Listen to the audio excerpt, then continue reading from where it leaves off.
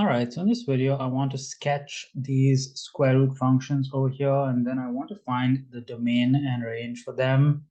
So let's start with this function over here. We always want to start with the starting point if possible. So in this case, I can tell my starting point of this function from these two values over here because this is in proper transformation form.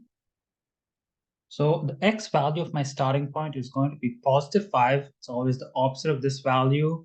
The y value is going to be 1. So positive 5 and 1 is somewhere approximately over here.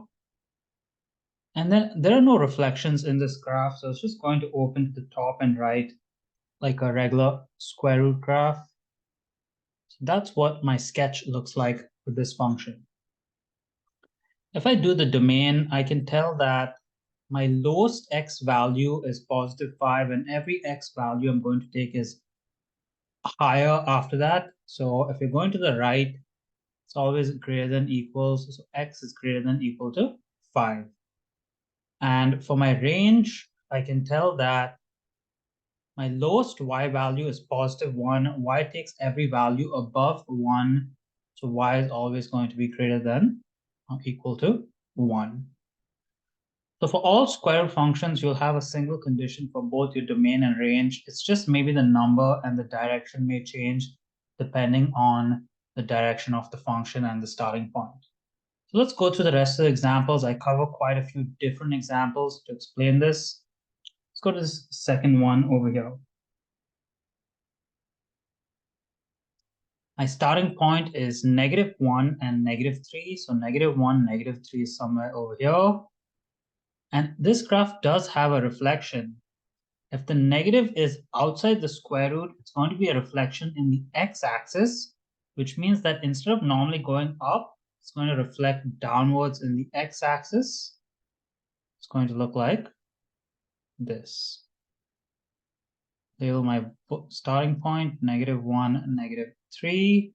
Now I can do the domain and range of this sketch. So again, if I'm looking at my domain, the lowest x value is -1. It goes to the right. If I'm going to the right, it's just greater than equals to whatever the x value is. And if I take a look at the range, my highest y value is -3 now, and the graph is going downwards. Since the graph is going downwards, the sign is going to switch to less than equals because y takes every number lower than -3. All right, let's take a look at this third example here. Again, this isn't fully transformed. So I can state my starting point instantly. It's -2 and -4, so somewhere approximately over here. And I do have a reflection here, but the negative is inside the square root, which means it's a reflection in the y-axis. So normal graph is like that. Reflection in the y-axis makes it go that way. My graph is going to look like this. Vertex there is -2 and -4. Now from this, I can tell that my domain is, well, my highest x value is -2, and it's going to the left, which means the sign is going to flip to less than equal to -2. And the range, my lowest y value is -4. The graph is pointing up, so it's just y is greater than equal to -4. Okay, those were 3 easier examples. Let's go to 3 slightly more difficult problems now. Start with this one over here. Again, this is fully transformed, so I can state the vertex straight away.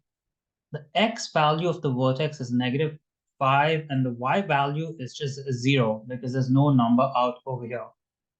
So -5 and 0 is over here.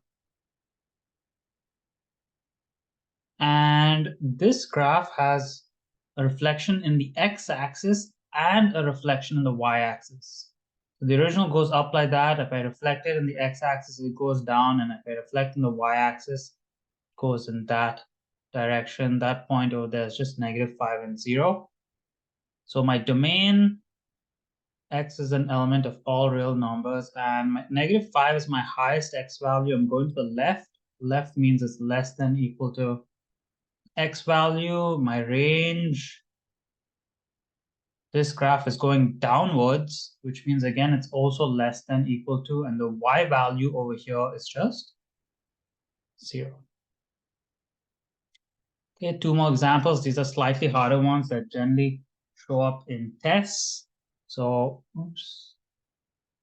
So if I look at this equation, the problem is this is not in transformed form just yet because I have a k value and I have a d value, but it's not factored. So we actually have to start the question by factoring out this -2, and this is just going to be x minus 5/2 or 2.5, however you want to write it. I like to write it as a fraction. Now it's in transformed form, so I can sketch it out. The x value of my starting point is positive 5/2, and again, y value is 0. So this is just going to be over here. There's a reflection in the y-axis, so it's going to go to the left. My domain, all real numbers going to the left, so it's less than equals x value at that point is 5/2. And my range is all real numbers, and it's going up, so it's greater than equal to, and the y value at this point is 0. All right, last example, and the toughest one over here. This is not in transformation form again. We want to rearrange this, and there's multiple things off with this one. So the first thing I'm going to do is I'm just going to move this 1 to the end over here, because technically this is a c value. It should be at the end.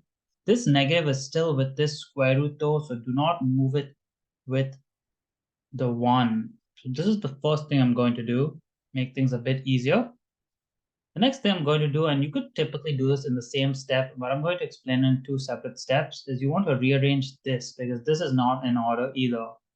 You want to write it as -x plus 4, then plus 1. Now we have a k value and a d value, so we need to factor out the k value, which means I'm left with x minus 4. And now it's in transformation form. I can sketch it out and do the domain and range. I know that the starting point is +4 and +1. And I know there's reflections in both axes. So it goes in that direction. My domain is just all real numbers, and it's less than or equal to 4. And my range is all real numbers, and it's less than or equal to 1.